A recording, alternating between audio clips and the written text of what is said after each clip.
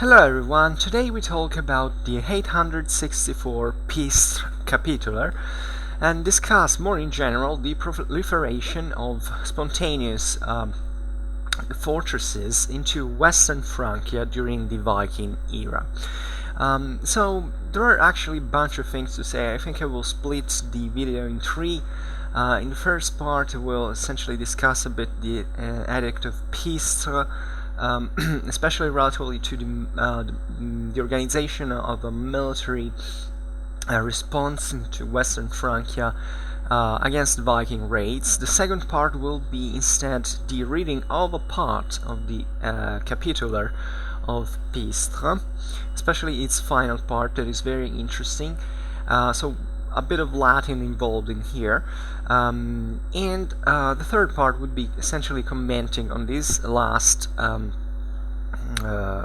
these last informations and essentially frame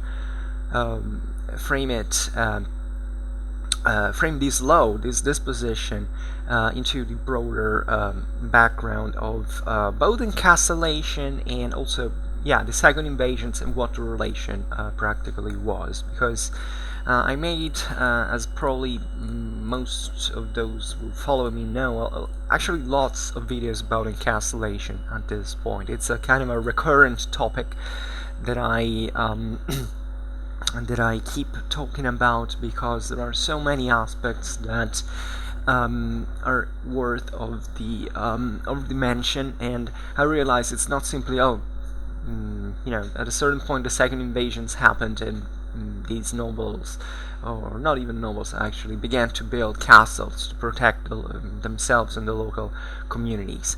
But it's really much more complicated, and actually even the cause-effect relation with the second invasions is not always true.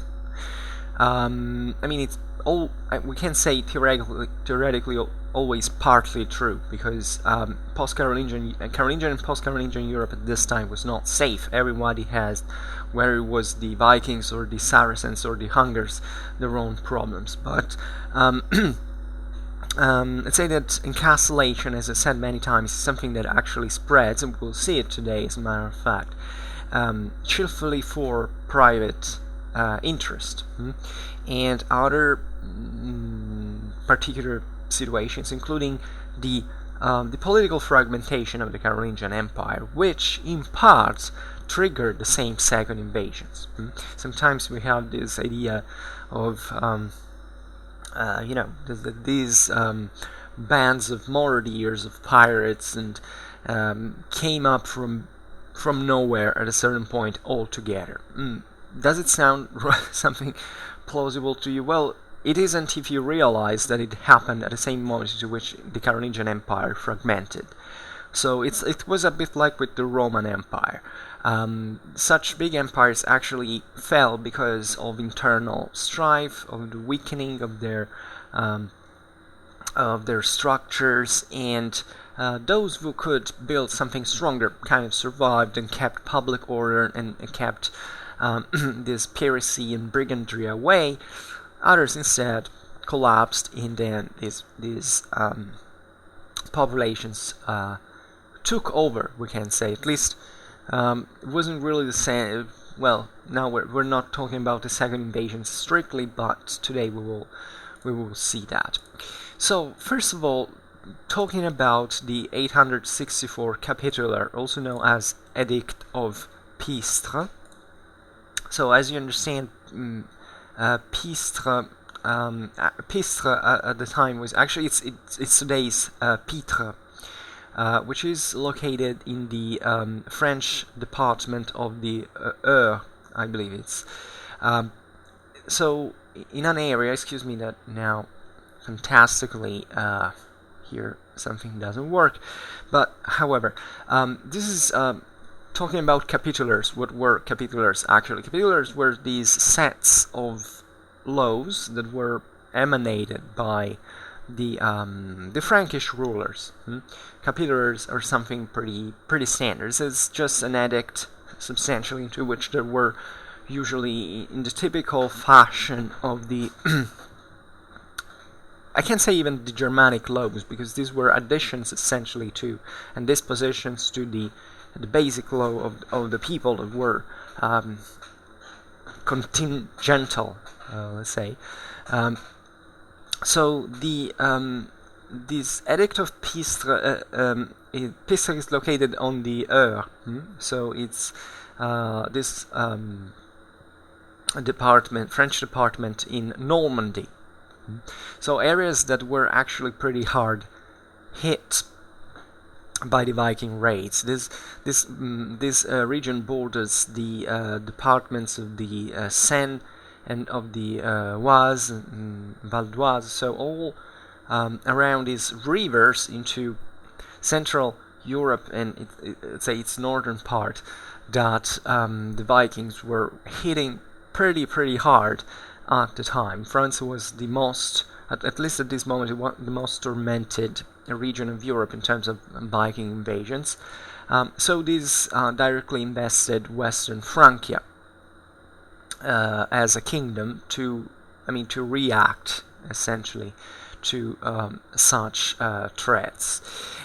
So there would be a big deal to talk about this. Now, I can't read the whole capitulary because it's very long.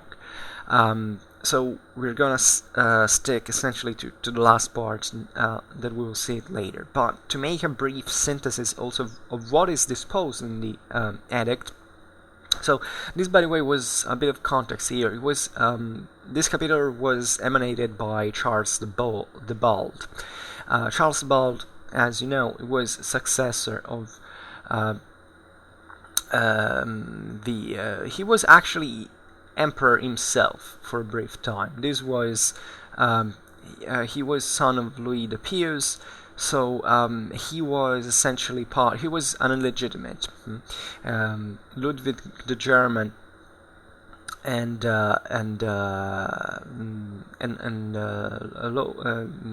Lothar were essentially the other sons that eventually came to rule over during the fragmentation, say, of the Carolingian Empire. There was initially consensual. I mean, it happened really as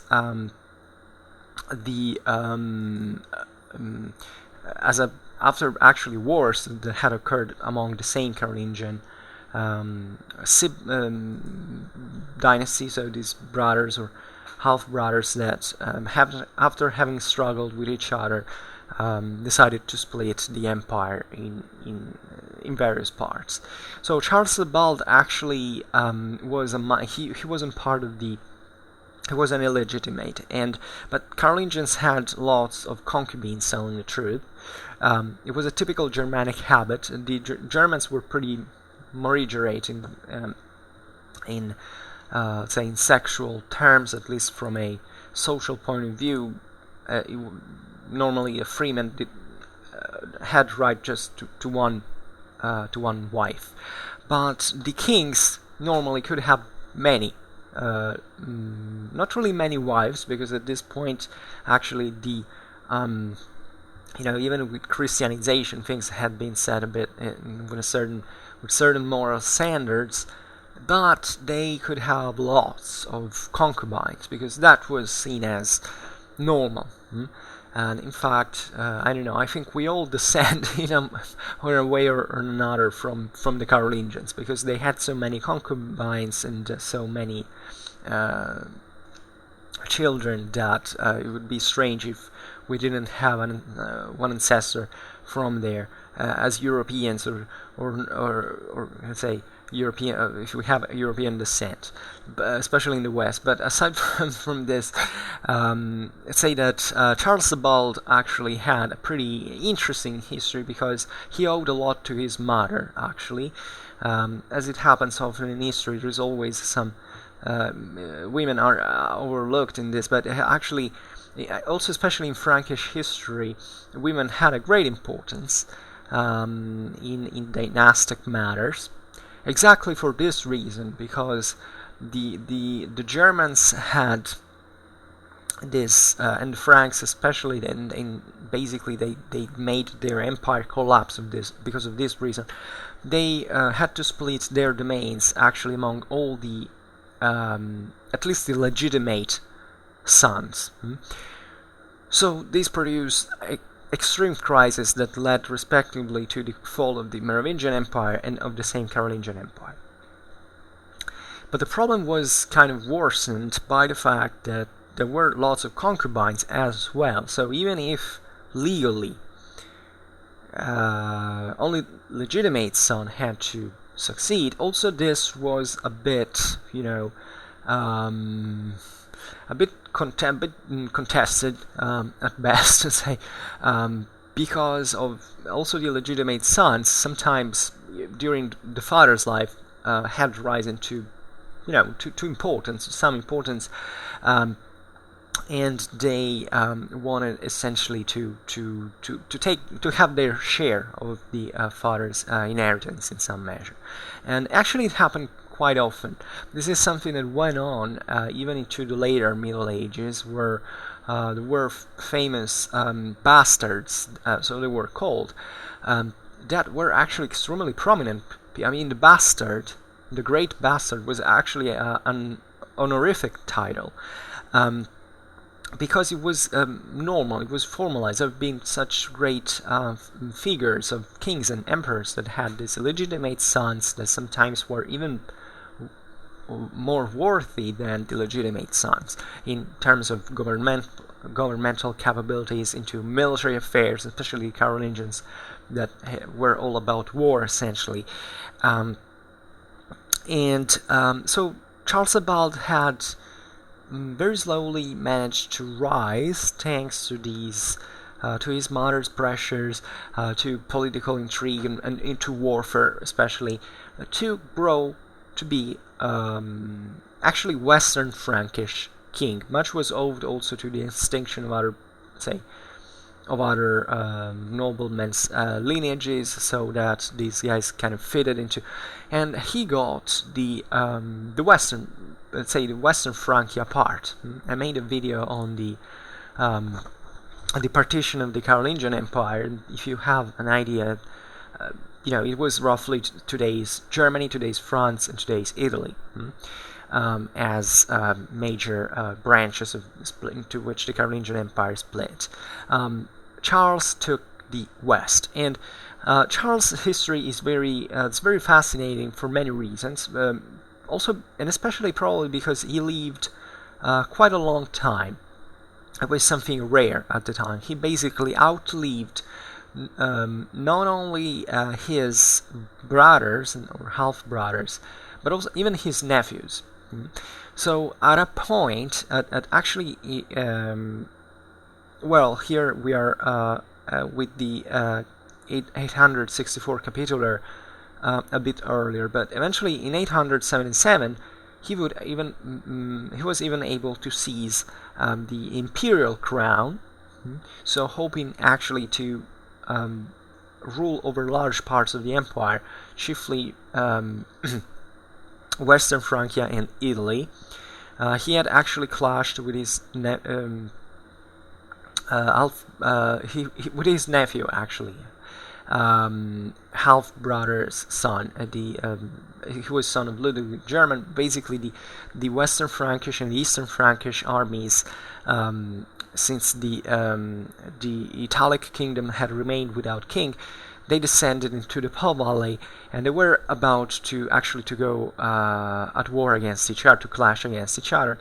Instead, both sides agreed, because at that time the Italic kingdom served to get the imperial crown. So basically the Germans, let's say the Eastern Franks, accepted Charles' imperial crowning, but kind of getting from him the promise that he would have effectively not ruled over Italy. And that was not a really big thing to ask, because indeed Charles' government was actually fragmenting also into Western Francia, so he couldn't even reach Italy, if not by name. So that's a moment eventually they they in a decade essentially the Carolingian Empire would have collapsed because eventually Charles died. Also, the success and basically just Charles III is able to regroup all these Carolingian territories, and he was the last of the Carolingians. And after that, there is this moment of complete evaporation, say, of the Carolingian unity that will not come back anymore. As a matter of fact, and the male line also extinguished. But this happened also partly because of the fragmentation was already occurring, and now we just named the one of the Western Frankish kingdom. That is the one that we are discussing today. Excuse me, I drink a little bit.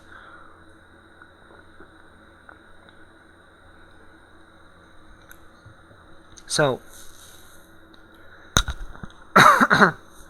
excuse me.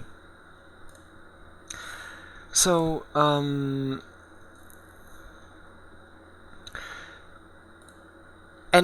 a lot of problems obviously were also coming up, like the Viking invasions that we named before. So the Viking invasions started to occur.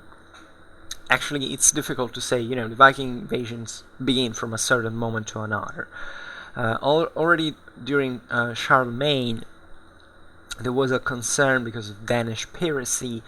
Indeed, France was a pretty juicy target for the Vikings, because it was fragmenting, but it was very rich. So as many times in history, that's where invaders and raiders wanna actually go. So Charles the Bald has this a bit of a prejudice attached to his figure, historically speaking, by saying, there is this, which I hate personally, because it's this sort of decadentistic perspective, like, if there is a crisis, we have to assume that the local rulers are not capable of dealing with the situation, which is actually false. The collapse of the Carolingian Empire occurred for reasons that had to do with more than the incapability of the Carolingian rulers, really, with structural factors, to which, telling the truth, the same rulers trying to find intelligent solutions. Especially if you read the sources, if you read these legal these laws that were emanated, you realize that there is a great intelligence behind. There is this very stupid attitude for modern people sitting on their chair, criticizing this or that ruler, living 1,000 years before, because it was not effective, as if the person sitting on a chair today would have been able to deal with the problems and save everything back in the day. No, this is pretty stupid. It probably measures the intellectual inexistence of the person in question, and these people knew what to do. Even if, of course, just like today, there were better, worse leaders, more or less capable leaders, and all. But generally, these societies were also functioning a bit on themselves.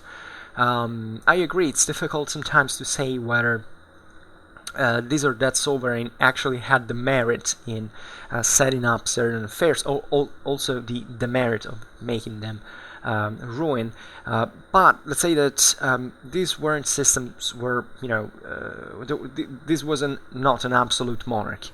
This was the major problem of the monarchy of the Carolingians. Well, telling the truth, had tried to centralize the empire, because they had realized that it would have soon collapsed, given the genetic characteristics of Carolingian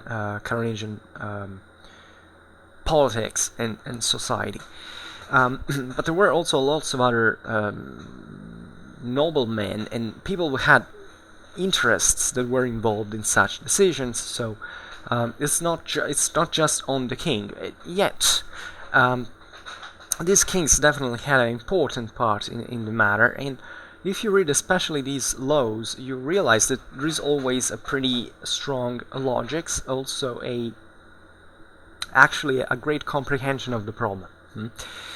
Sometimes these laws, like today's capitular, are very sometimes they are the only sources that we have over about a certain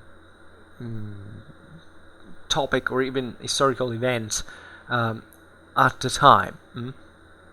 So the Edict of Pistres is actually a very important law, is usually remembered on every worthy medieval history manual, because it really tells us a lot about encastellation and the proliferation of these fortresses all around by autonomous initiative, we'll say, which is the point of today's video. But so it's true that our vision is kind of passing through the lenses of these particular documents. So there is a lot that unfortunately we do not know. But at least these laws are actually pretty simple. The Carolingians, as most legislators in history, were quite pragmatic. They had this.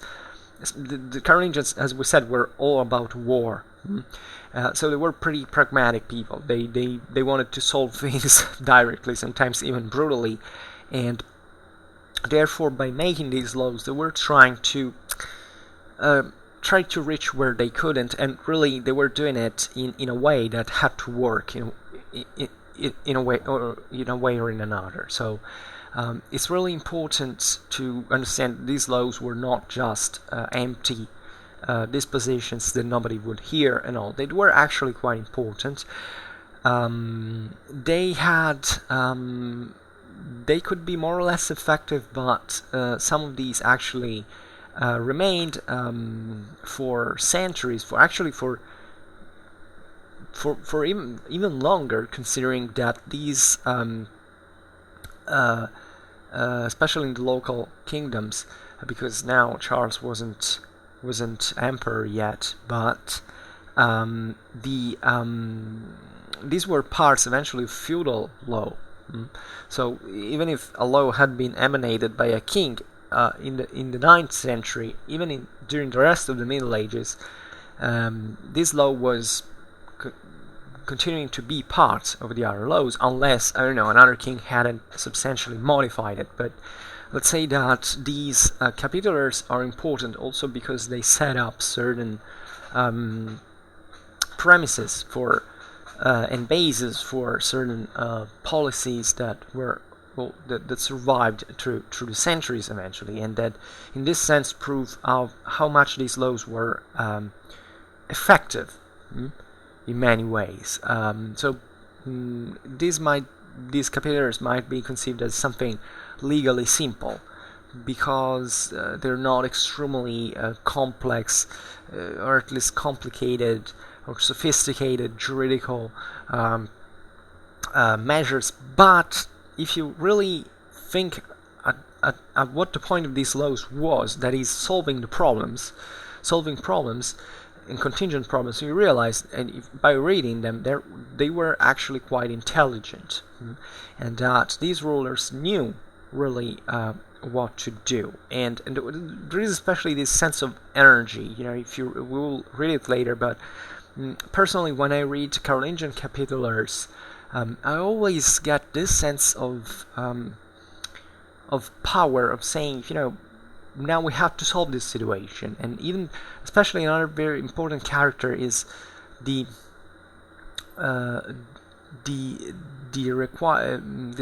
laws were requiring the whole community to take part to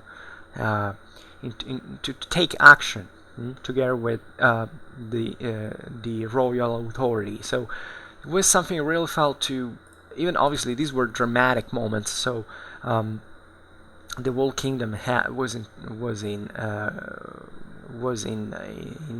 upheaval. There were these Viking incursions that were messing up everything. So it was a very dramatic situation to which action had to be taken for real. So this was a pretty sort of standard in those times in terms of emergential status and concrete problems that were seriously and negatively affecting society if not countered, really. So, relatively to the strictly military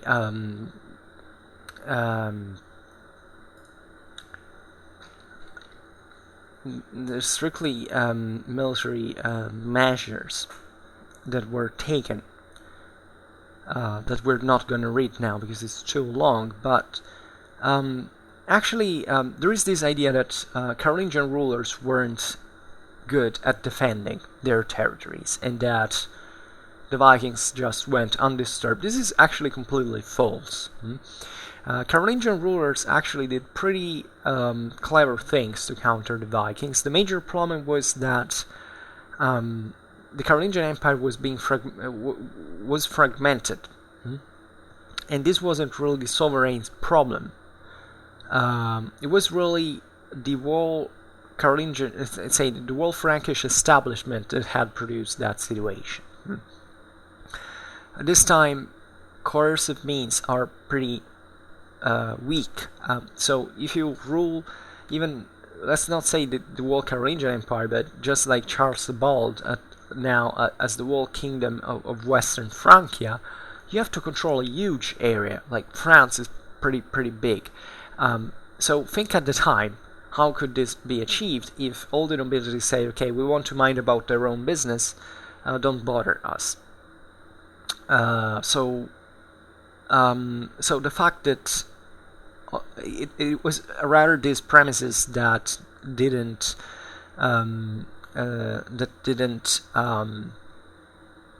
favor the efficacy of measures taken against the Vikings. But aside from the fact that even locally the local communities were able to counter in part certain incursions, let's say that in a certain measure the public authority, the royal authority kept functioning. Expeditions were actually mounted up. Other territorial, these were usually, it took a lot of time before actually putting in motion an army and all. So the Vikings actually were going past this by simply making this very quick attacks, especially at the beginning, lightning attacks through the rivers. So not even giving time the Carolingian military, say, administration to put up a fast enough reaction. So Carolingians weren't stupid. They began to offer, say, and to allow, in part, a certain degree of autonomy in terms of military defense, especially, to the local communities. This is, in part, so much of this will be seen later, talking about castles proper. But there were also other measures. So there was also great political interest in here, because a king that could provide actually a defense for its subjects was considered a fit king, a fit monarch for in his role. There is also a very interesting consideration to do, that is that if Viking raids had not existed in France, probably the French monarchy would have not made it to the lower Middle Ages. You would say, but how? Well, the Vikings were attacking the same French, so what's the point? Well, yes, but as we were saying before, actually the Kingdom of France was fragmenting by itself, like actually the other kingdoms, the other Carolingian kingdoms. It was a political and social internal matter for why it happened. The Viking threat, instead, kind of, so this metus hostilis that was created within the Western Frankish kingdom actually made many communities looking at the sovereign and say, okay, we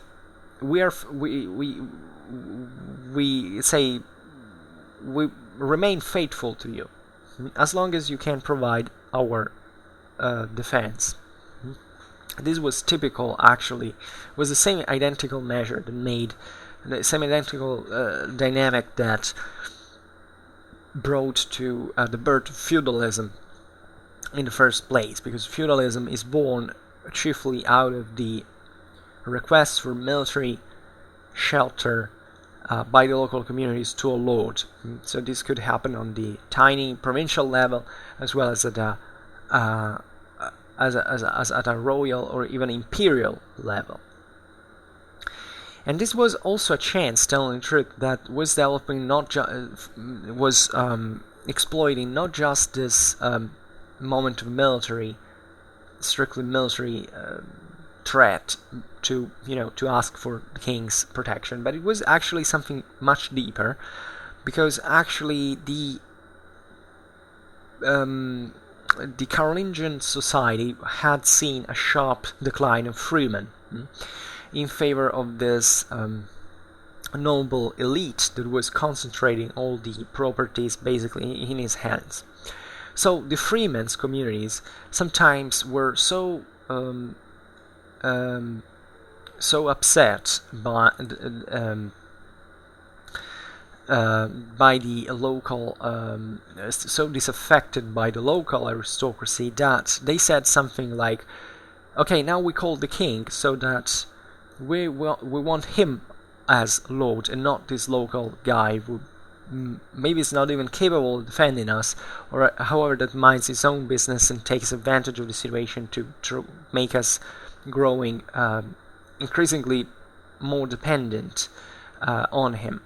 So this, in part, it is paradoxical, actually favored the persistence of the Western Frankish monarchy as a point of reference, and it's partly it was partly a decisive factor that eventually made the counts of Paris to rise eventually into the 10th century as kings of France, and creating the French kingdom as it would have become, because otherwise even the Western Frankish kingdom was not really meant to exist, or at least it might have not existed. So just think how history can take different paths. There have been other kingdoms who haven't made it. Think about Burgundy. Burgundy could exist as a self-standing kingdom. It had even a sort of geographical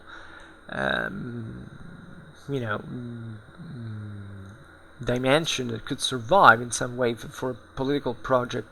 That could be exploited by a political project, a monarchical political project to survive.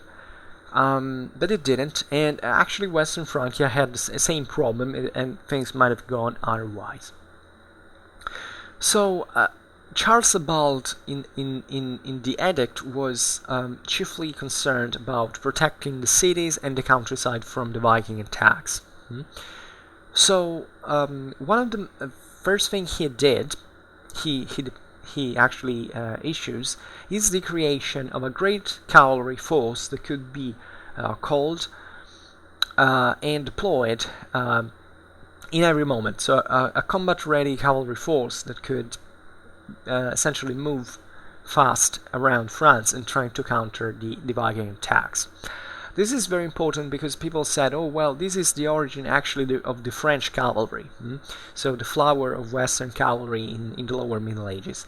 Yes and no. I mean, indeed, such provisions favored partly the development of cavalry, but say that France was already heading toward that direction, especially France, really, already for certain genetic characteristics of its of the Gallo-Roman society that we discussed actually pretty. If you go into the medieval France playlist or in in the Carolingian Europe playlist, also in medieval society playlist, there's plenty of videos that deal with why actually France had this was this fertile ground in every sense, let's say, for the birth of cavalry.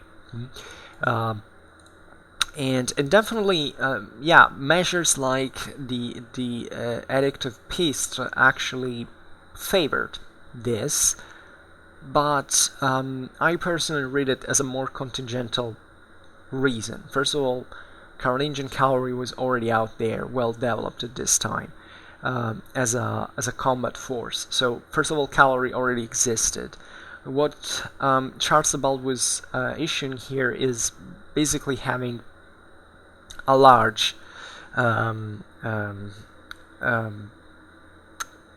corps of cavalrymen that could be especially available to the sovereign.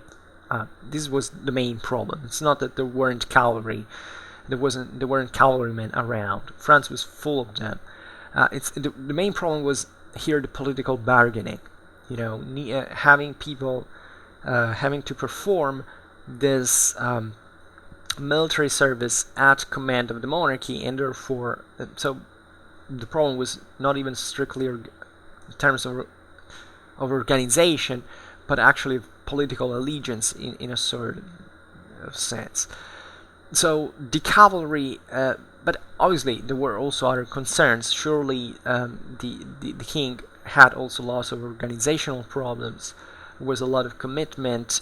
Think about the costs of cavalry. This is the great thing. Yeah, when you think about cavalry in medieval history, you have to think it's as if now you have to field battle tanks in terms of expenses, of costs. I mean, it's something really big that requires the whole society to produce, to work on it.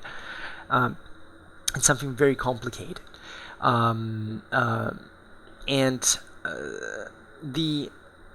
So the obvious strategic goal was to have a very mobile contingent to send back and forth through France, as long as the Vikings, trying to counter all the various Viking attacks. So this idea of mobility is very important. It doesn't have to be overlooked. It's something that started happening also if you take the Roman Empire, when the invasions start to harass more intensely, and at the same time the Rhine and Danube borders, the Romans increase the number of cavalrymen exactly for moving faster.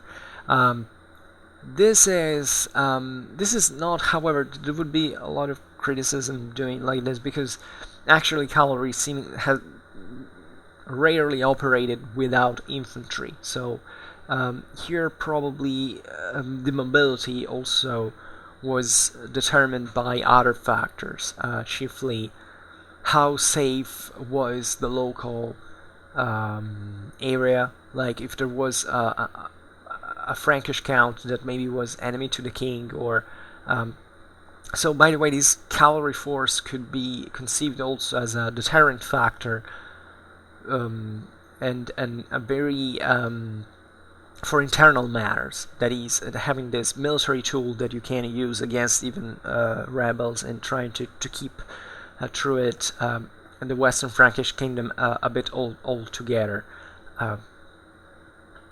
standing. So the capitular issues every man that owned a horse to actually use that horse, or buying it if it was a monetary equivalent. I don't remember whether the capitular states that, but I think it's pretty obvious, to enter, to be part of this army. So this is very interesting because it makes you understand that the levy was conceived on a broader royal scale. Let's say all the subjects of the kingdom had this a certain amount of wealth had to participate. So men had to come from all over France.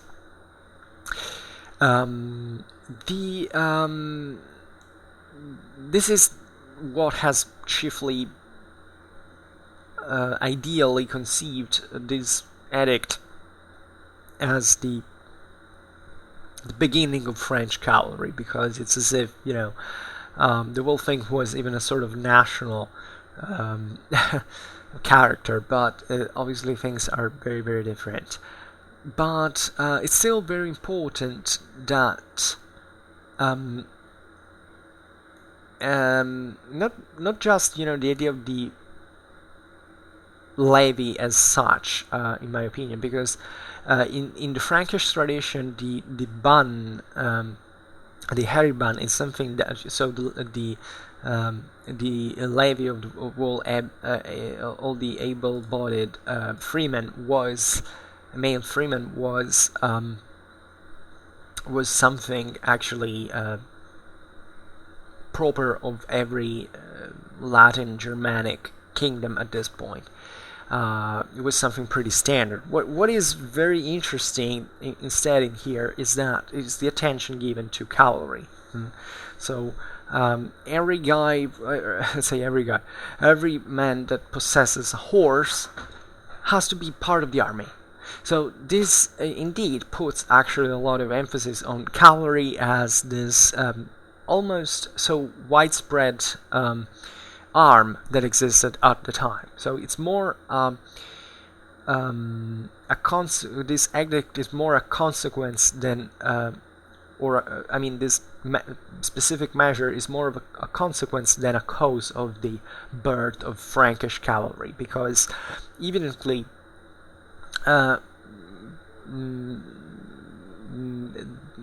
Charles the Bald knew that in France having a horse was at that point something pretty common, at least among a certain class of society. It could even be upper middle class in a certain sense. So the idea that there was a society that not only could, because the problem here is you have to understand how French society was really at the time. French society was very stratified, because there were very few.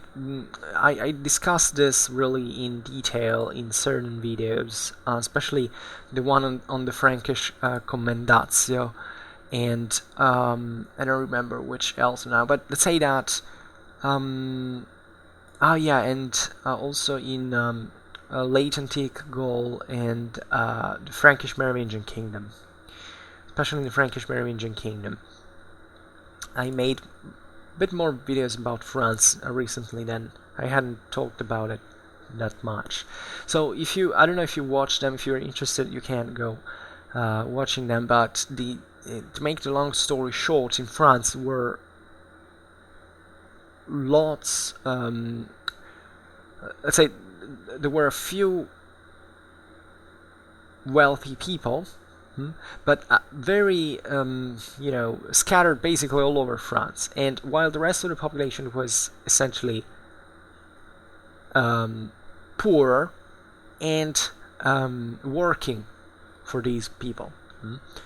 So we don't have to think about the Carolingians invented the feudal society, because in part in France that had already developed since Merovingian times. So this meant that even small nobles could field, they were wealthy enough to field cavalry and military retinues. So this edict is actually not aimed at a society of freemen, but to a society where there were many smaller, even aristocrats that could have those mounted forces. In other regions of the Carolingian Empire, this was not true. It was only in France that was this situation in here. In Germany, especially, but also in Italy, the society was being progressively influenced. Frankish feudalism was being exported even in there, but those societies were still transforming towards the feudal one. And they actually had seen, before the Frankish conquest, actually both in Germany and in Italy, a consistent wealthy class of freemen that in this sense were wealthy enough to live a good life, but at the same time were not rich enough to have a horse. And therefore they had weaker cavalries, and that's why, for instance, the Carolingians managed to defeat the Longobards or the Saxons, because these populations didn't have a feudal society that could field such an elite and skilled and experienced and professionalism is the key word, cavalry, like the Carolingian one. So it was normal for a Western Frankish king like Charles the Bald to actually give this for granted. So we don't see it, we don't read this explanation into the Capitular, but we know that it basically was so. So this is actually very important to understand. This every man is not really every man. He was talking really about certain petty aristocrats, certain proceres, as they were called in Latin. So these little, even they weren't even necessarily noblemen at this point. It wasn't even conceived a feudal hierarchy as such. In fact, here it's stating every person. So Gaul in this sense was so stratified. There were also merchants that had made a fortune and now were living out like lords, even if they hadn't any public title of count or stuff like that. So this idea of the mobile force was very important also because when the Vikings pillaged, the Vikings, as we've seen, could attack very swiftly.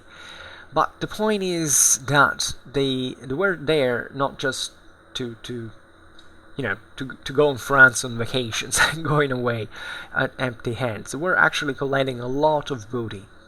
France was very wealthy, so looting was very profitable, but loot has one problem from a strategical point of view, that is, that makes you less strategically mobile, because once you're loaded with loot, you are slower. So it's plenty of examples to which basically these Carolingian mounted forces managed to strike the Vikings while they were retreating and burdened by the loot. So sometimes this loot was also resized. And I don't know about redistribution, I don't know where this loot was taken by, because theoretically public authority should have given it back to the robbed populations, but we can imagine that political practice was a bit more cynical sometimes. This is, by the way, also a measure to centralize a little bit the situation, because if you take the loot for yourself as a king, then you don't give it back to the people. You still have that you are richer and more powerful, and your subjects are more still are poorer and more incidentally tied actually to your own authority, because you have the money to pay for other cavalrymen. So you increase that relation of dependency that, as we've seen, was very important in building up the feudal war. So the Charles also issued that every city that existed over a river had to build essentially a fortified bridges. This thing of the fortified bridges is very, very important for France and the Viking invasion, because it was a very effective mean to actually stop, or at least to halt, and therefore increase the strategic attrition of the Viking incursions. So France, as you know, it's extremely rich in rivers, and very large rivers that in this sense could be exploited by the Vikings to rise up through them and pillaging every single center that existed over it. Just think through the Loire river, the Vikings reached up to the Massif Central in France, that is basically in the very core, in the mountains almost. So they reached up far as Clermont. So you understand how these rivers were the favored highway for the Vikings to attack France. So it was also a very risky move, telling the truth, because especially if you went if the Vikings went pretty much inland, they could have, they were essentially leaving. First of all, they were obliged kind of coming back through the same river, so it's kind of the local communities could actually put up a sort of block and cutting off their retreat. But however, the Vikings were also not weak, so they would have battled actually, and they did pretty hard actually to force these blocks. But nevertheless, it was really about time, as we were saying, about time earning, because if you build a fortified bridge in the 9th century world, in that material culture, into that particular war, it really meant to create a big problem, because the Viking ships couldn't really pass. So this was actually an effective measure that is pretty much overlooked, as if the Vikings could go literally everywhere into France. Actually, they wouldn't. And this was a pretty clever measure to counter the Viking raids. And it's interesting because the Edict of Pistres takes its name from the fact that it was emanated in Pistres. And to give the example, the Charles the Bald had the first of these fortified bridges built in the same city of Pistres on the Seine River, by the way. I forgot to mention it before. So another important center this time was already Paris. So Paris had been this residence of Frankish kings there were still the Frankish kings were pretty mobile. They didn't have a fixed capital, but Paris was essentially rising as the favorite center. And in fact, this is the moment to which certain bridges were built on both sides of the Ile de la Cité, in the very heart of Paris. So these bridges actually were, especially ones of Paris, were crucial, really, to save the city by the Viking siege of 885-886. That was sustained by Charles the Fat against the Vikings. That was also a pretty massive thing, because eventually he convinced the Vikings to go away with gold. So that was a shame for Carolingian military edicts, because a true Frankish king had to vanquish the heathens with force and not with gold, even all these Roman echoes that existed relatively to that. But actually that also was a very clever measure. Actually, every single power at the time paid enemies to go away. So there was a lot of hypocrisy involved, and that was just an excuse eventually to depose Charles the Fat later. So you understand that it wasn't really much about the Viking threat in itself, but really the same Frankish society was tearing apart by itself. This is very important, because we assume, even for encapsulation, that this was only a matter of protection from the terrible second invasions, but as a matter of fact it was not. It was mostly corresponding to the political fragmentation of the Carolingian Empire, even before these threats. And I don't want to say that these threats were not serious. Actually, they were a pretty serious concern, but they had probably in proportion a minor role in the same collapse of the Frankish Empire in itself. Another thing that was issued by Charles was the weapon trade with the Vikings. This is also a very meaningful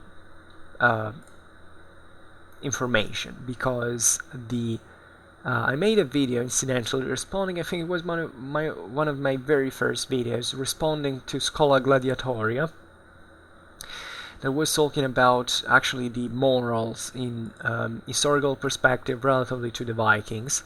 And it's my very first video. It's called "Were Vikings Bad?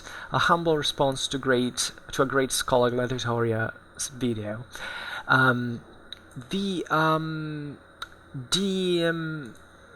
I discuss. It's not a very nice video. Well, I mean, it's not nice because it's the first one. I wasn't still good at making them, but I speak for 20 minutes, so it's even shorter than the usual, so that might be a good reason for you to listen to it. But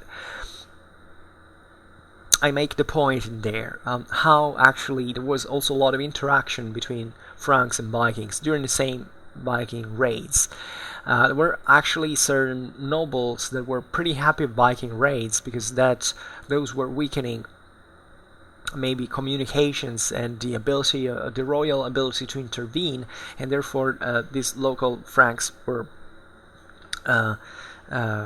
local noblemen were aggrandizing themselves into the area. So really, Western Francia was a mess at this point. But the important thing is that if a king is basically forbidding weapon trade with the Vikings, you have to understand that it's not that the Franks were stupid that were trading with the Vikings to sell them same weapons that would have been used against them. There was evidently such a higher degree of fragmentation that it existed even a connivance between the same certain Franks and the Vikings themselves. So the Vikings, we don't have to consider them as just as destructors. Vikings were pirates. Now, pirates do two things: trading and raiding. So the trading part is important because France, as we've said, was pretty wealthy. There were also big markets in there, and the Viking camps that start increasingly to last longer into France, turned themselves even into certain market centers. So the local populations could go there and interact with these Scandinavian pirates, because they were mostly interested about trading. Then raiding was done evidently in places where eventually you would have not traded. But you don't have to underestimate actually how the fact that, I don't know, maybe one nobleman was happy to trade with the Vikings because they were pillaging the lands of his rival neighbor, and therefore encouraging them or even joining the same Vikings. There were definitely Franks that were joining the Vikings into raiding other Frankish lands. So we really have to think it in a very fluid way. There were surely certain Franks that joined the Vikings at a certain point. Same goes for England. But this is pretty normal because this is what humans do regularly, on a regular base. They can be pretty, it can be disconcerting maybe, but even this sharp opposition between the Vikings and the Franks or the Anglo-Saxons is kind of silly, historically speaking. It's at least on a smaller base, because humans interact, relatively easily, depending on the interests and all. So this fact of selling weapons, especially in weaponry, you have to think also the Franks were, they had pretty good equipment. This is another thing you have to consider. The Vikings had essentially the same equipment, but they were poor, materially speaking. So maybe that equipment could be used by only few people. France had a lot of surplus. They had especially also this. Actually, the Franks were pretty advanced into military technology for those time standards. So they were selling even things, especially you have to think about cavalry gear. that the Vikings. The Vikings did use cavalry. This is the fact that Vikings didn't use cavalry is a pretty naive prejudice. Prejudice also because, uh, telling the truth, both documental and archaeological sources tell us that they did, and even pretty extensively, compared to what is commonly thought. But it's obvious that the Frankish knights had the best equipment in there, and the Vikings were quite interested in that. They would have appreciated to buy that, not just to pillage that. Also because clashing against the Frankish elite was not extremely convenient for the Vikings. The Vikings were also defeated several times. So this bargaining moment was like a crucial factor, let's say, of in this process, in this phenomenon. Well, now I will skip other things about. This is generally considered as a military reform. There are other political and economical measures that are contained in the Capitular. For instance, at this point, Charles was able to fight and to capture Pippin II of Aquitaine, that is deposed exactly in this year at Pistres, and Charles also extends the control on the mints.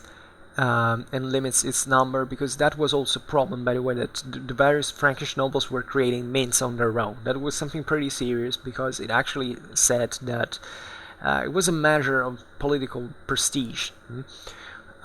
So I will skip this and go directly to castles and to what actually the same source states. So we're gonna do a bit of Latin in here. I will not translate every single thing, but it's pretty short as well.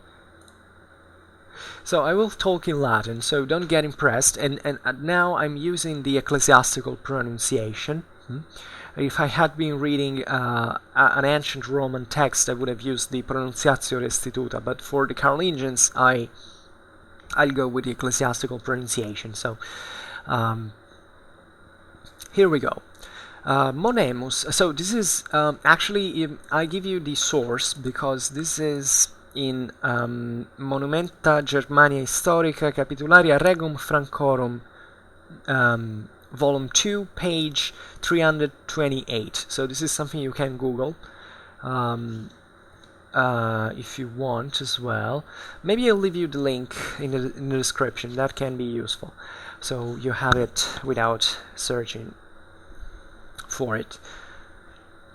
So you'll see that this is the first part, chapter 1 of the part C.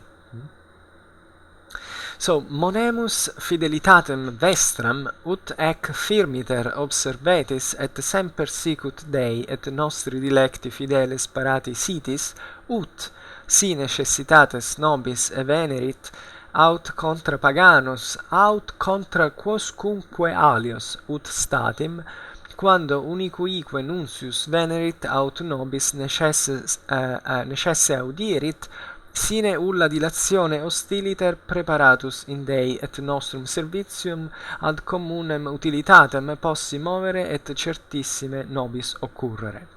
So this basically means that this is addressing basically the whole subjects, because this is what capitulars actually state, and this is stressing actually the allegiance of the also in here.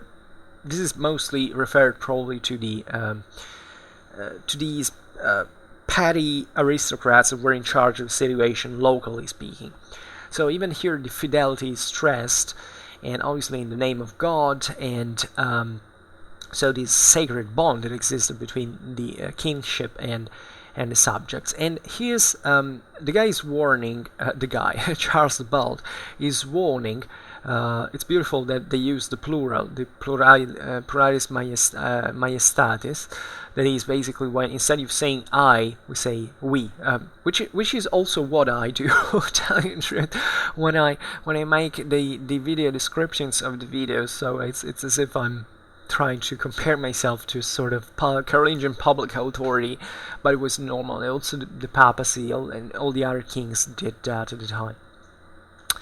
And so he's basically saying, without being literal, that there was there is this imminent threat, evidently, for which the public authority is asking all the subjects to inform it, and so that without any delay, the kingdom, let's say, both the royal and these other subject forces can be put up to basically counter the enemies. Now, the first beautiful thing here is that you immediately spot is it says, "Si necessitas nobis evenerit, aut contra paganos, aut contra quoscunque alios." Now this is important because it's stating it doesn't matter where this threat actually comes from.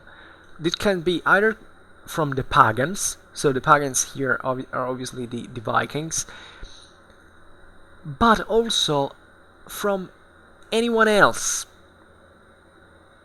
Okay, so the enemies at this point can really be not just the Vikings, but also others that evidently are. We just stated that at this point Charles deposed Pippin II of Aquitaine, so these were part of these were Christians and part of the same Carolingian Empire, theoretically speaking. So this is obvious. So it doesn't imply just that, it also implies that there were bands of martyrs, of rebels and all. As we were saying before, the same, just imagine the public authority collapses. What is that people do? People go robbing. And this happens still today when there are big catastrophes, even in countries like the United States. All those terrible floods that happen, or the hurricanes or tornadoes, stuff like that. You hear that there is eventually the curfew to basically avoid robbers and other people to say these jackals to go loot the private people's properties, and so it's normal. So even during the Viking invasions, you have to think about bands of Franks that were raiding all around, and sometimes these bands were actually guided by the same local Frankish nobility, so you don't have to be worried about this contra paganos aut contra quoscunque alios. So here it's the issue proper. Et volumus, so we will, et expresse mandamus, so we expressly demand, ut dat quicumque istis temporibus castella et firmitates et haias sine nostro verbo fecerint, calendis Augusti omnes tales firmitates disfactas habeant.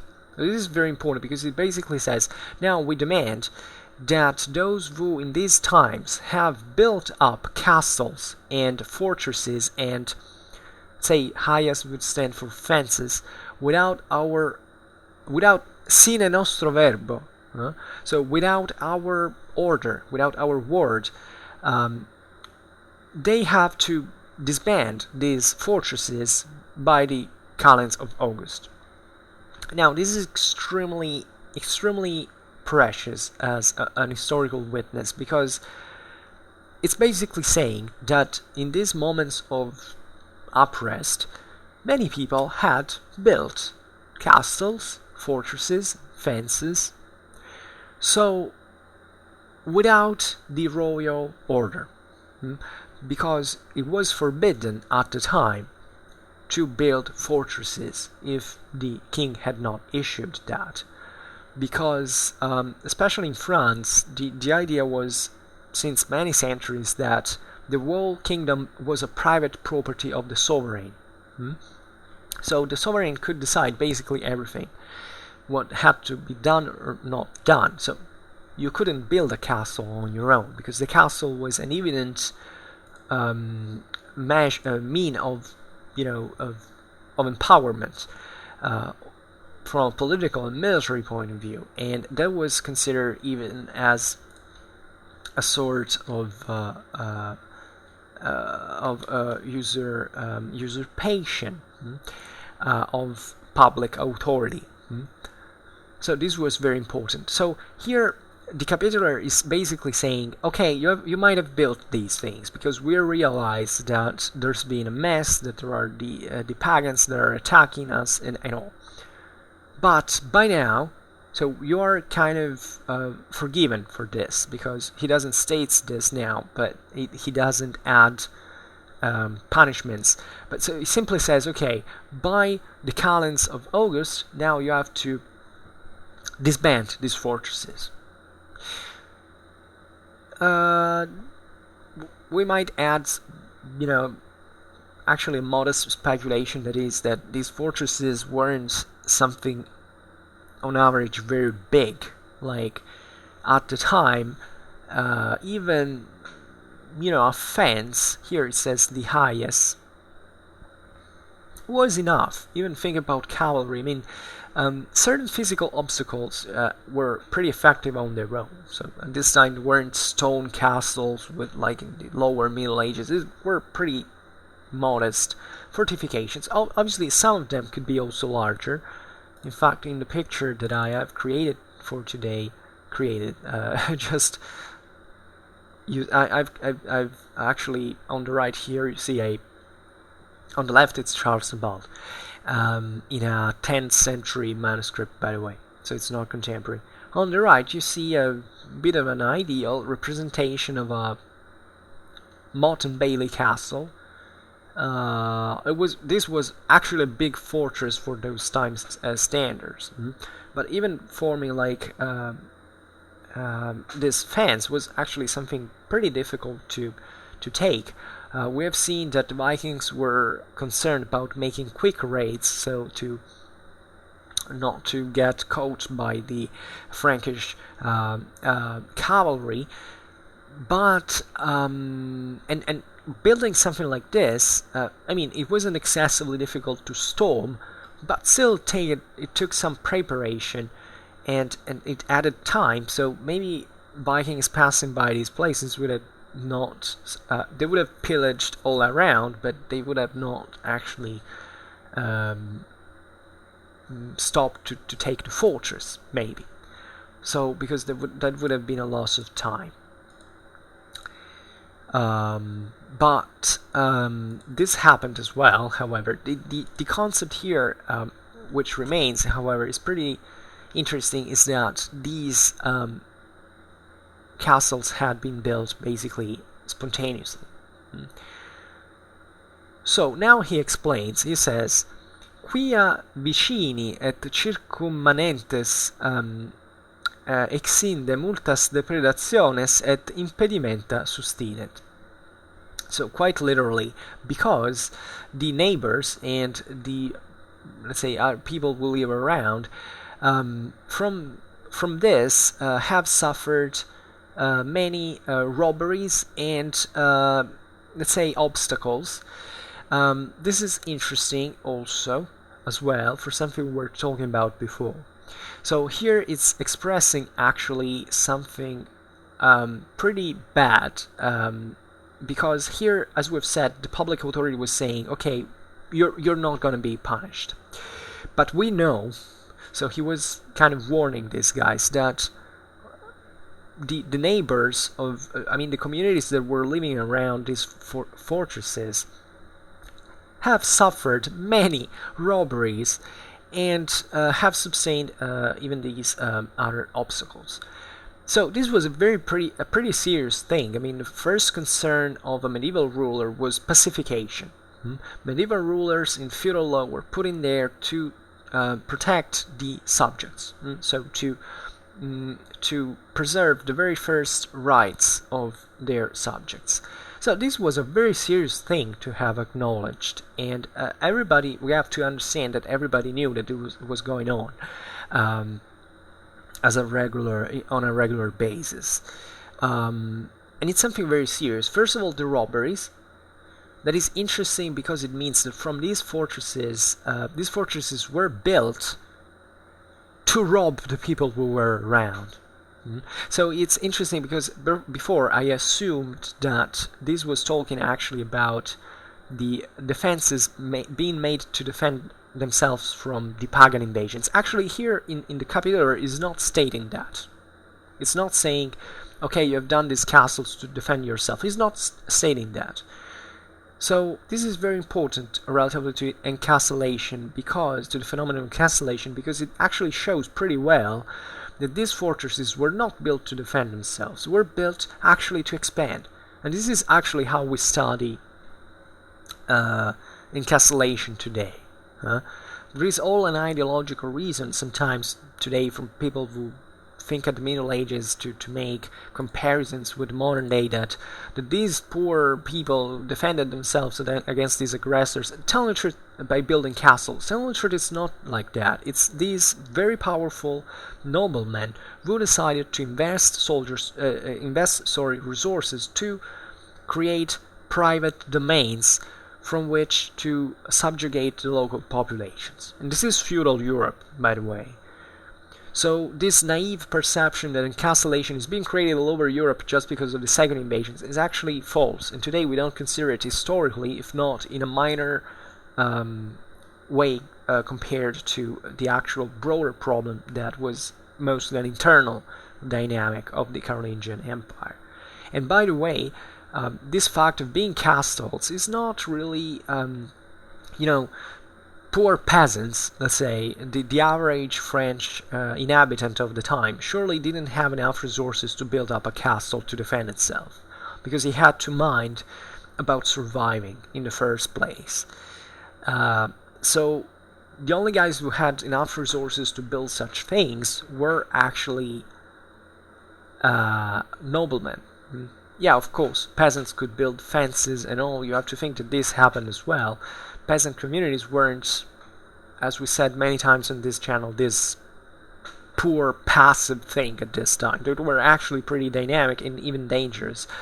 But generally speaking, especially in France, where we said that the aristocracy was pretty well off, yeah, let's say that this was the prime area of Europe into which such events would happen, from such buildings would be carried out, edified by the aristocracies more than else.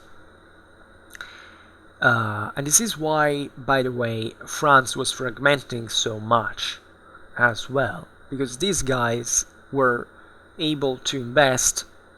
They were so powerful they could even build castles on their own against the public authority of the king. So here it's interesting, the word impedimenta. So for anyone who has studied Latin or Roman sources, especially the military, knows that impedimenta is the term that is used normally in the Roman military to define the baggage train, because the etymology of the term is actually to impede, as a matter of fact, so to basically get amidst the foot of people, literally. So here it's interesting that the impedimenta are considered. Obviously, this doesn't mean baggage train. It actually means something different, more etymological. That is basically that such castles were creating an obstacle, even a physical obstacle, to passage through. And this is what we were telling before. So that these structures were also used to bog down royal armies, Viking armies. So this was creating. So I'm not saying that encapsulation, as we've said, has nothing to do with Viking invasions. This happened also because the local communities wanted to defend themselves also from the Vikings, but also from royal power. So this was creating an impediment to the same public authority in some measure. It was a pretty serious thing. So now arrives the let's say the punishment part. Et qui eas disfacere non voluerint, comites in quorum comitatibus facte sunt, eas disfacent. So this is pretty simple. And if anyone will essentially excuse me, I was reading the line before. And those who will not want to take down these fortifications, the counts, let's say the counts were of the comitatus, let's say, so these comital districts where these fortresses had been built, had to destroy them themselves.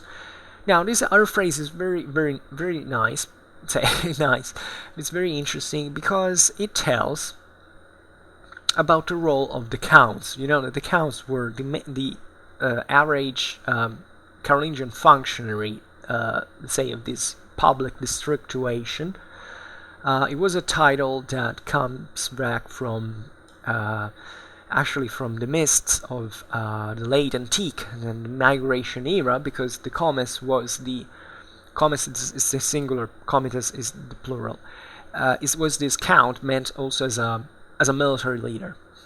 So the Franks had acquired this title that, however, had a bit more of a civil fashion, a bit more of a civil character. The Longobards, for instance, had the dukes, so the duchess, the military leaders. Those were all about war. The comes is about war, but is also a leader of men, is a leader of community in some measure. And especially in the Carolingian Empire, it had this function. So both civil and military functions. So this is very important and in part paradoxical, because the same part of the people who were building these castles were actually the same counts. Now, at this point we are in 864, so it's not a moment in which Carolingian administration has completely disappeared, as a matter of fact. Counts might have still been chosen by the royal, among the royal favorites, so there were people of trust in some measure, but counties were many. So there were, I think, hundreds of counts at this point, and part of these counts were actually playing it sneakily, were maybe the same guys who had allowed those fortresses being built in the first place, or even having built them themselves. But the royal power is still counting on these guys to eventually destroy these fortifications. So it's not a naive thing to say, because this is actually public authority. So public authority wants the comital figure to be still a functional one. So I cannot say, oh, you counts have started usurping my public rights, you're a bunch of of thieves and criminals and all. It was still, and we have to think, by the way, that even the autonomization of these counts didn't really pass through open rebellion, because the same counts were actually, they had interest to maintain the integrity of that public system, because that's where they took their rights from as counts. So this was getting a bit, even you have to think of the inheritance also of the comital counts. of the comital titles, sorry, there was this process of progressive autonomization. It was not necessarily against the king. The king at this time, telling the truth, was still even granting certain communities to autonomize themselves because of this defensive needs, let's say. So it's very important to understand the figure of the count in here. What is also interesting about this phrase is that basically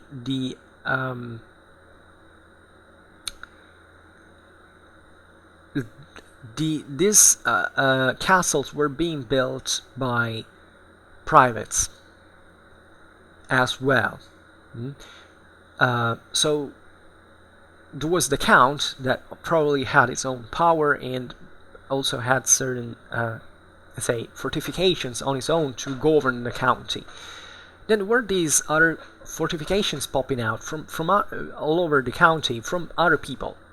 So these were normally the local aristocracy, the local gentry, how do you want to call it, that was starting to build these things, and the public power is issuing destruction of these fortresses through the communal power.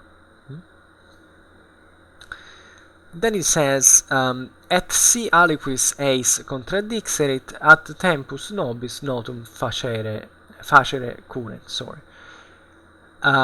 So he's basically saying if this is not carried out, so if someone is disobeying, if there is some connivance between the counts, even then he's implying it, but it's pretty evident. So if anyone, however, sees that this is happening, please let us know, because we're gonna take care of that. So this is also very important. I mean, how eventually public authority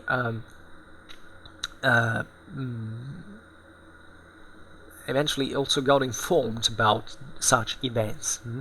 Communications were pretty, let's say, much faster than we can imagine. The problem was not really the speed of through which the information traveled, but actually whether the information traveled or not, and for which reasons. Because a big deal of how these phenomena was spreading evidently was through reticence and silence, and saying, okay, let's build fortresses here, let's not other people know, or at least let's not wave that too much around. Obviously, we have to think the Carolingian kings had their own spies, their own secret service, and all, but it's evident that in such a large kingdom like France, checking up to the very little fortress was kind of impossible, and by the way, it was even senseless, because in practice it was very difficult to spot this. For what end? Unless you didn't have to make a military expedition in there and to let's say take care of spotting which fortresses were there. Even it's not that the Carolingian kings had a list of all the castles that they knew that were being built. Probably they knew that, depending actually also on the importance of the place, where it had a strategic significance. So, but the important thing is that these fortifications were spreading all around. So, and here it concludes and says, qui si hoc sicut mandamus ad implere neglexerint, sciant quia sicut in istis capitulis et capitularibus predecessorum nostrorum continetur, tales comites queremus et in illorum comitatibus constituemus, quid nostrum mandatum facere velint et possint. So here it's basically referring also to the previous legal, but and that's it. Then it adds a pair of other things, but here he adds essentially, et qui interpellatus estut hic aliquam causam debeat definire instet usque quo definita sit ratio de qua interpellatus habetur. So here is whatever. So these are just measures like saying, if you didn't do that, you have to explain the reason, and other things. But this was mainly the concept. So why is this capitular so important? We have explained it a little. It actually tells us much.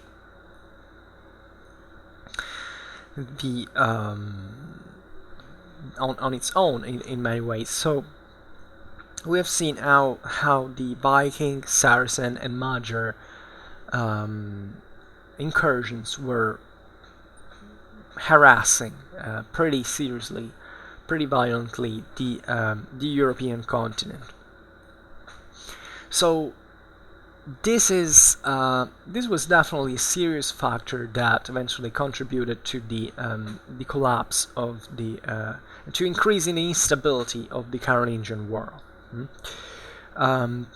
So this capitular of 864 is a very important because it's sort of it's an early document. It's late because we are already into these late Carolingian times, but the second invasions hit the hardest in the following centuries. So this is a phase into which Carolingian authority already still existed, so it still functioned in part, and the final collapse and greater fragmentation of the Carolingian territories would occur later, and that's when also the Vikings hit. I'm telling Vikings, but say all the world's second invasion peoples hit the hardest. So naturally, every country had different stories. France was the one that was hit the most by the Vikings. And the Vikings hit also into the north of Germany, also in Italy, but they weren't really, France was first of all, these were mostly Danish pirates. So France is pretty close to the Jutland Peninsula by sea, so you can easily hit this very, as we've said, very rich area where the fragmentation is also the greatest, telling the truth. This is important because Germany and Italy didn't want fragmented, at least in terms of this proliferation of local lordships, as much as France.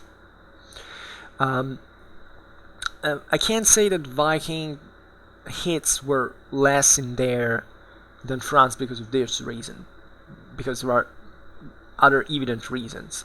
Italy is far away. You have to circumnavigate the whole continent and to get into the Mediterranean, so it's a bit. Germany, Germany, there are also many other reasons, partly the fact that especially the northern Germany was a bit more culturally akin to Scandinavia, and also pretty more difficult to make an headway into Germany, also considering it was very poor compared to France, so more warlike communities in some measure, poor areas, so it's not somewhere you would have liked to go fighting in. Even though the Danes actually were pretty concerned about the Carolingians, they feared that, especially by land. So actually these Viking raids most of the times were, especially at this early age, were pretty spontaneous affairs. They were also not as well organized as they would grow later. Like in the 11th century, at the end of the 10th, beginning of the 11th century, it's the whole Denmark that creates an empire stretching over Norway, England, etc. So it's that's where things had got more structured. Also because of Carolingian influence on the Frankish political and social models into the Scandinavian world, especially Denmark was the most Francicized of all the, say, Viking areas, let's say. I know it's a bad approximation, but I can't say Scandinavian because the Jutland is not part of the Scandinavia, so I stuck to Viking now. Eventually France was hit even by the Saracens in the south.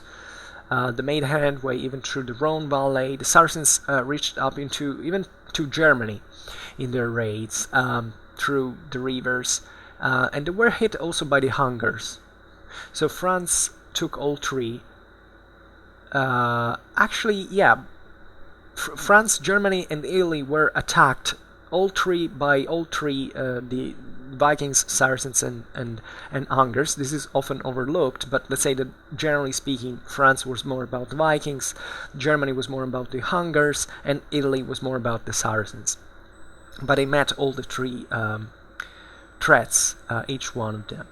So you can understand how even local powers reacted in different ways. Germany reacted by... Eventually France remained actually without much of a reaction.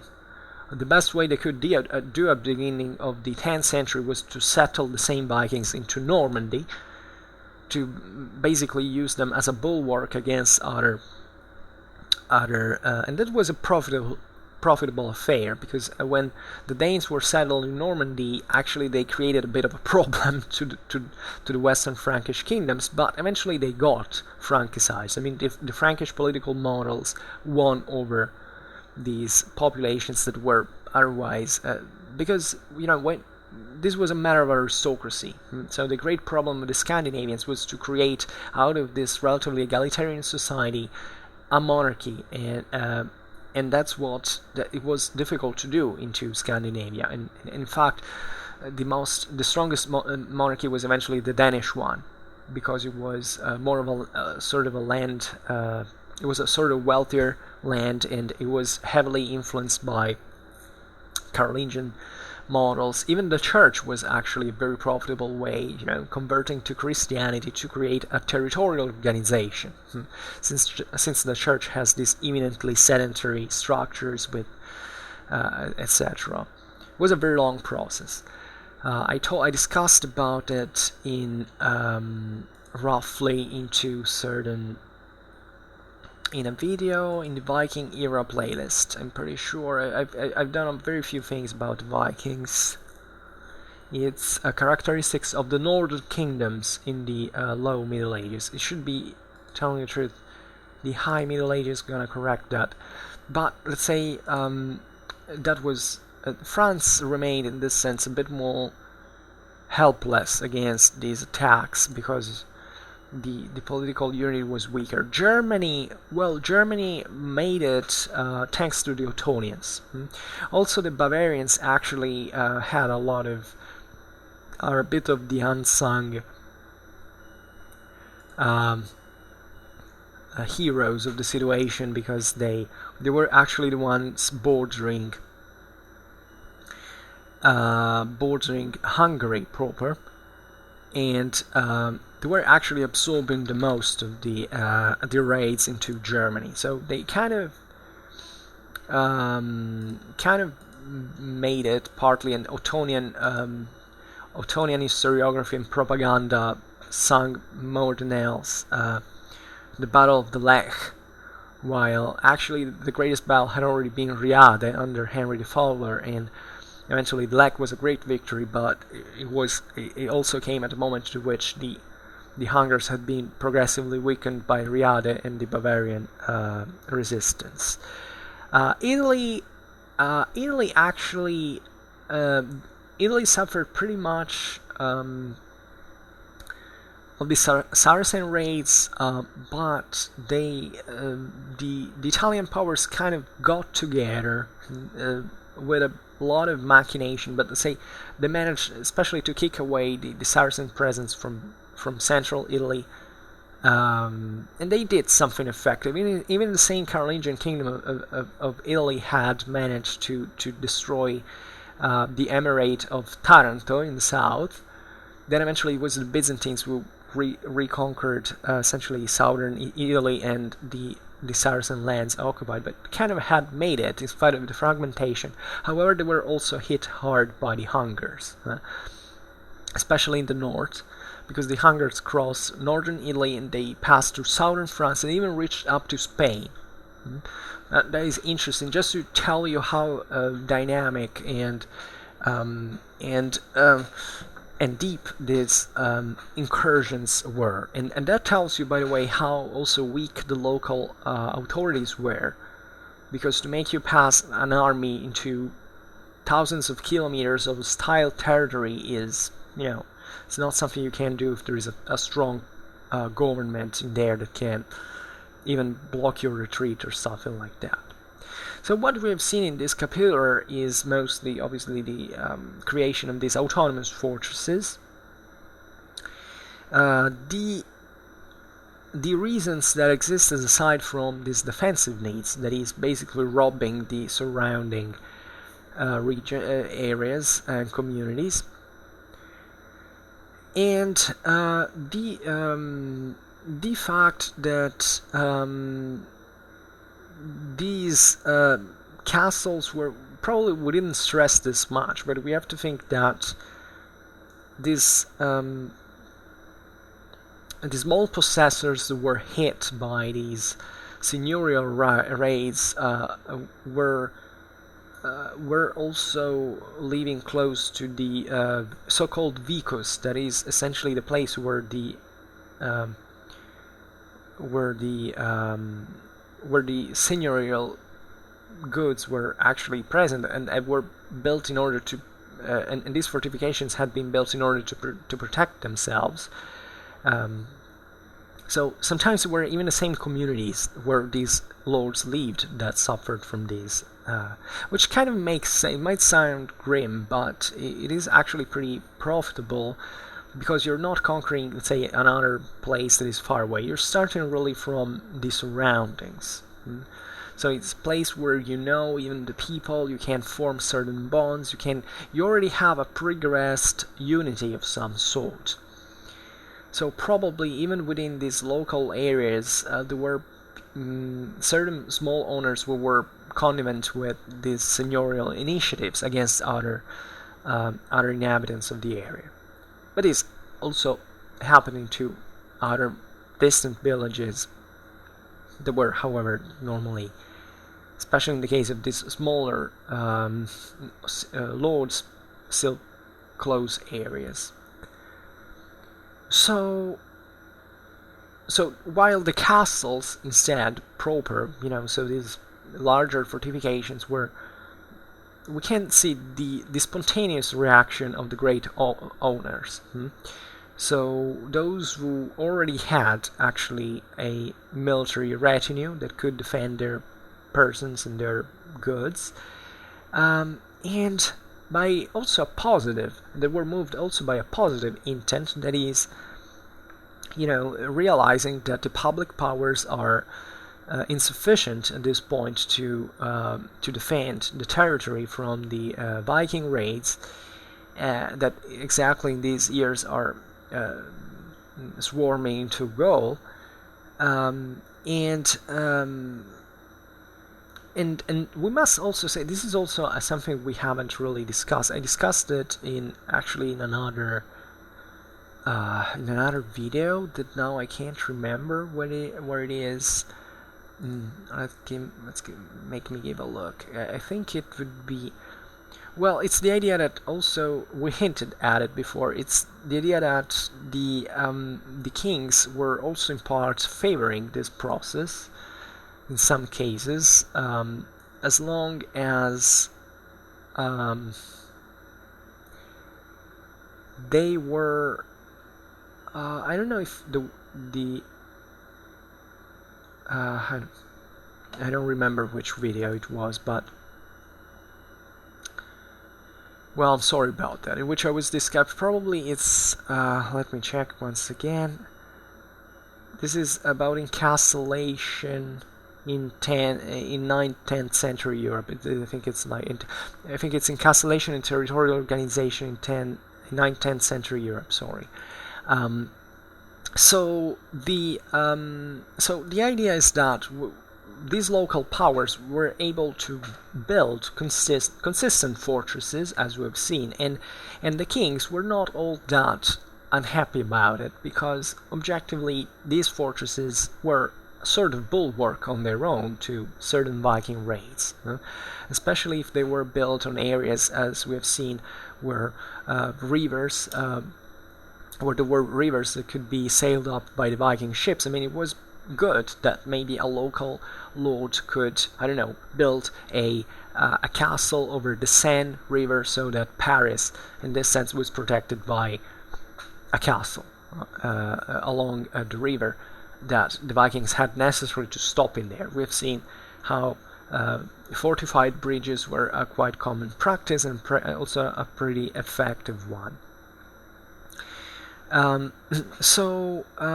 This in part was still this, especially this last process, was fueled by the same feudal relations that existed between the kings and the local nobles. The main problem at this point was what was not bargained with the king. So the capitular, as we've seen, is actually concerned explicitly about taking down those fortresses that had been built without a royal order, that might have existed and were fine for defending the local populations while the raids had come, but when the raids had finished, they had to be taken out. So, because this was naturally seen as a local instrument of political and military dominance, and this is very, very important. So I don't remember. I was thinking about an important thing. Oh yeah, relative to encapsulation. This is something I said also in other videos. The problem, stressing the fact that these castles weren't built just because of the invasions, but also for autonomous initiative. In fact, what we see, actually not only in France, but also in many other areas, for instance in central Italy, around Rome, this is perfectly seen, that the majority of the castles that were built during the period of encapsulation were actually not the fortresses that were created to halt the foreigners' raids at all, because the fortresses that were created were most of the times created, as we have seen in here, into areas that into productive areas substantially. So they were created chiefly by the nobles to dominate over the surrounding countryside. This is seen. I make the example of Rome because there is a beautiful study that has been done by Toubert that actually showed this pretty well.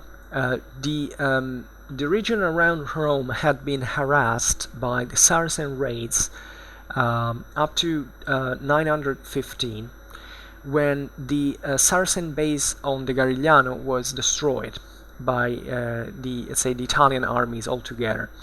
Pope, kings of Italy, Byzantines, other cities, so all these powers scattered around all over the Italian peninsula. So what is being observed is that the Roman nobility up to that point had not been castles into the Roman countryside, or at least there were certain castles naturally, but they were pretty small, and there were sort of emergential fortresses. Well, when the Saracens are wiped out and the region around Rome remains essentially free, pacific, let's say, pacified, it's at this very moment that the Roman nobles start to build up castles all around, and they're also pretty big castles. They are evenly created on the base of, now I don't remember the study, but it's pretty evident by their location. There are lots of archaeological studies that all based on what was the economy back then, the most productive areas that are created to control these rural domains that up to that point had remained essentially unguarded, at least in the moments to which the Saracens hit, and then maybe they were reorganized later. But only at this time, also probably for economical, for the economical rebirth that followed this Saracen, at the end of the Saracen raids, were being built. So these big fortresses into the Roman countryside were used to control large areas of fertile land, and also to clash against the other rival noble families that had their own castles all around, as we've seen. So the majority of the fortresses and this happens roughly also in other areas of Europe. Maybe the case of northern France, especially also the northern Flanders and all, it's probably the area where the Viking raids were so hard that the major reason was actually really military. So not this patrimonial strategy, but if you take probably the majority of the greatest areas, surely of Italy, of central France, and central and southern Germany, what you see is that, not in central Germany, let's say, you see is that, yeah, there were raids, but there were only every once in a while, and that all the castles that have been built were built for other reasons. So that even those castles were created for countering at the moment, that specific year, that, I don't know, Hunger raid, were eventually abandoned after the raid, because they were emergential fortifications that usually, by the way, were created over certain passage points that were maybe important in the sense that even later other castles were built on them, but that usually did not. There were even smaller castles that were enough to really. You see that they were conceived to stop just the passage there, and had nothing to do with the larger castles of usually of the plain areas where there was fertile ground, and that therefore had this more evident patrimonial reason. So it's evident. I'm not saying that the castle in this sense was not used for military purposes, because that's what a castle means, but it was meant actually to defend, to store, to protect all these seigneurial goods, to control the surrounding countryside, to resist to a rival noble's raid and all. So sometimes the strategical function of these castles is even debated, because one thing is creating a castle to have a net of castles to counter a broader invasion. One thing is building a castle in there because maybe you had a farm in there, now you wanted to have it fortified, to be better defended from someone, but it doesn't have really a greater logistical function for your retinues, and then naturally with time these castles, the seigneuries expand into feudal Europe. There are also greater, but already at this time, pretty greater domains that obviously managed castles in a more strategical fashion, and also destroyed castles, because maybe when they conquered a certain area in the frontier, they didn't want anyone there to seize power when the main force withdrew, and they simply razed it to the ground. So it was an extremely dynamic way of dealing with castles and their construction. So by concluding and returning a little bit on the case of France proper, that it would be better to call Gaul at this point, because France was just the Francia, the part in the north, and Occitane, say, was still part of. So it's Gaul really. And this I address you definitely on the video I made on the Frankish commendatio that explains it rather thoroughly. We have to think that the construction of fortresses in Gaul into the Gallo-Roman society within the Frankish aristocracies was typical already of even the ancient world. You know, all the great Gallic estates that existed in Roman times into Gaul, so by these very powerful Gallo-Roman families that were usually of senatorial descent, senatorial origin, already had begun to fortify their domains. So this process of encapsulation, telling the truth, is something that happens everywhere in the world at every time. So we refer to Europe because Europe, our idea of Europe is this continent dotted all with these castles that are more difficult to find elsewhere. But aside the fact that castles are present everywhere in the world, also in massive numbers, think about it's plenty of castles also in other feudal societies like Persia that I always like to recall because I often make similarities actually between Frankish feudalism and Persian feudalism as feudal systems. But aside from this, there were, however, places and times where encapsulation got naturally more intense. And if you want to understand this part of the High Middle Ages, you have to understand in this sense not, there were castles just because of the second invasions. You really have to understand Frankish society, because if you don't understand that, encapsulation, you lose like an 80% of what it really was. And especially in France, that, as we've seen, had a very stratified society with a very wealthy guys at the top since late Roman times. You see that castles in this very fertile area of Europe with enormous agricultural resources, already the lay and ecclesiastical aristocracies of the Merovingian age, if not the same Gallo-Roman senatorial elite, had begun in the previous centuries this trend of creating a fence, creating a wall, a fortification of sorts around the estates, around the domus of the lord. So this was nothing new. It was something that was really intensified. Also true, naturally, the social engineering that the Carolingians had done. I mean, it's like a bit with cavalry. Strong cavalry already existed into the Merovingian world, but it was strong for those time standards.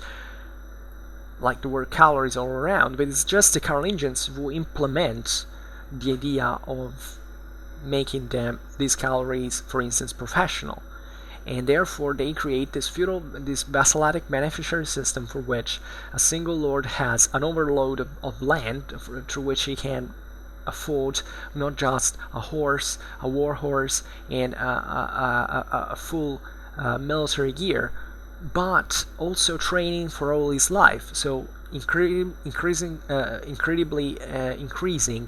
the quality of this cavalry, the weight of this cavalry, and the ability to find information, and in turn to develop therefore other technologies to better that cavalry, that military performance. And that's how the feudal cavalry was born, and all began from France.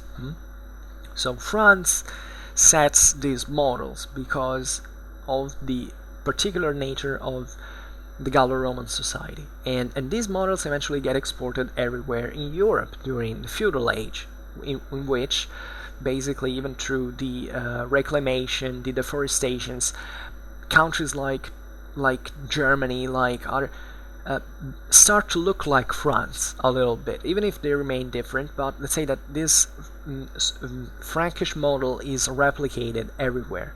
It's replicated in Italy, it's replicated in Germany, it's replicated in Spain, it's replicated in Britain, So everywhere, and everybody gets feudalized in a certain sense, because this was evidently a winning model. After all, we will talk about the pro and cons of feudalism another time, but it's really about setting it, about conceiving it right, really understanding how this phenomenon developed, and that's the reason why I'm making so many videos about it, because I really wanted to get it right for you to listen, because it had so many, really many many sides. It wasn't just about the castle. As a matter of fact, it is a matter of what the castle implies from a political and social point of view.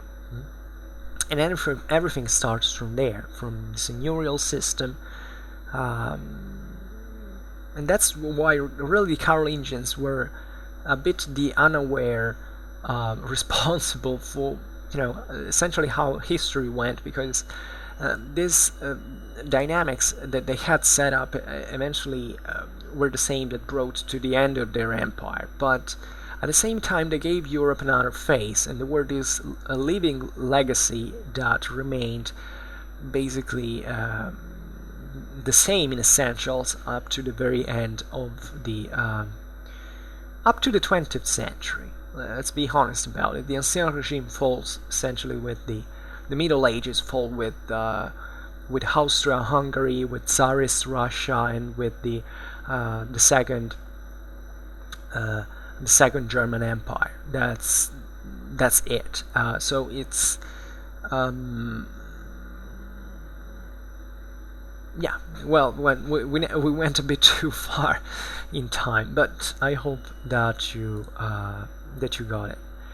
And I hope that you enjoyed this video, and if you did, please share it, otherwise leave a like or subscribe to my channel to receive if you are interested in my upcoming videos. And for now, I thank you heartily for listening to me. I wish you a nice time and see you next time. Bye.